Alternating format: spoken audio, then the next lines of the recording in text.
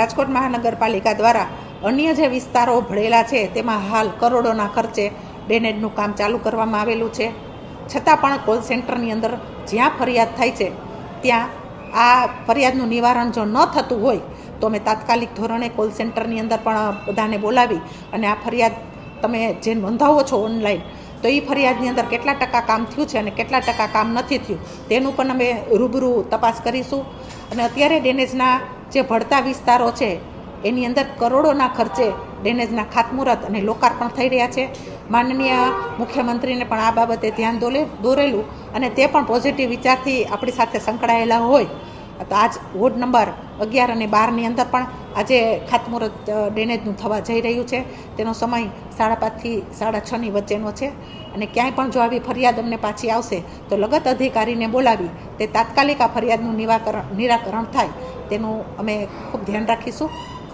આ રામનાથપરા વિસ્તાર જે જૂનો રાજકોટનો ખૂબ જૂનો વિસ્તાર છે, તો ત્યાં ભૂગર્ભની જે આપણે લાઈન ડ્રેનેજની નાખતા હોય તે લાઈન કદાચ નાની પડતી હોય, કેમ કે વિસ્તાર વધી ગયો છે રહેણાંક વિસ્તારની અંદર, આ લાઈન કદાચ નાની પડતી હોય તો તે પણ અત્યારે અમે જોવડાવશું કે ભાઈ શું પ્રશ્ન છે કે વારંવાર આ ડ્રેનેજની ફરિયાદો કુંડી ઉભરાય છે અને સફાઈ કરવા છતાં પણ 3-4 દિવસે આની ફરિયાદ થતી હોય છે, તેનો નિકાલ પણ કેવી રીતે કરવો તે પણ અમે લગત અધિકારી વોર્ડ નંબર 7ની અંદર જોવડાવશું કે ભાઈ સાચો સાચ ડ્રેનેજનો આ પ્રશ્ન શું છે એ પણ તપાસ કરાવશું. જે ના એ અત્યારે કામ ના પાડેલી નથી, એ કામ અત્યારે ચાલુ થઈ ગયેલું છે.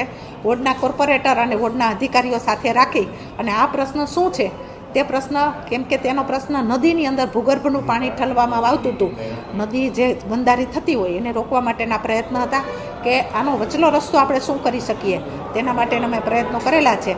અને અત્યારે એ કામ પણ ચાલુ થઈ ગયું છે. એ તમને એક વાત કરી કે ભાઈ અત્યારે જે વિસ્તાર નાના છે, કેમ કે જૂની વિસ્તારમાં જૂની પાઇપલાઇનો હશે, એ પાઇપલાઇનો અત્યારે નાની પડતી હોય, રહેણાંક વિસ્તાર વધી ગયો, તેના માટે શું રસ્તો કરવો તે લગત અધિકારી વોર્ડના અધિકારીને સાથે બોલાવી અને કોર્પોરેટરને સાથે રાખી આ પ્રશ્નનું સોલ્યુશન જેમ બને એમ વહેલું થાય તે પ્રયત્ન કરશું.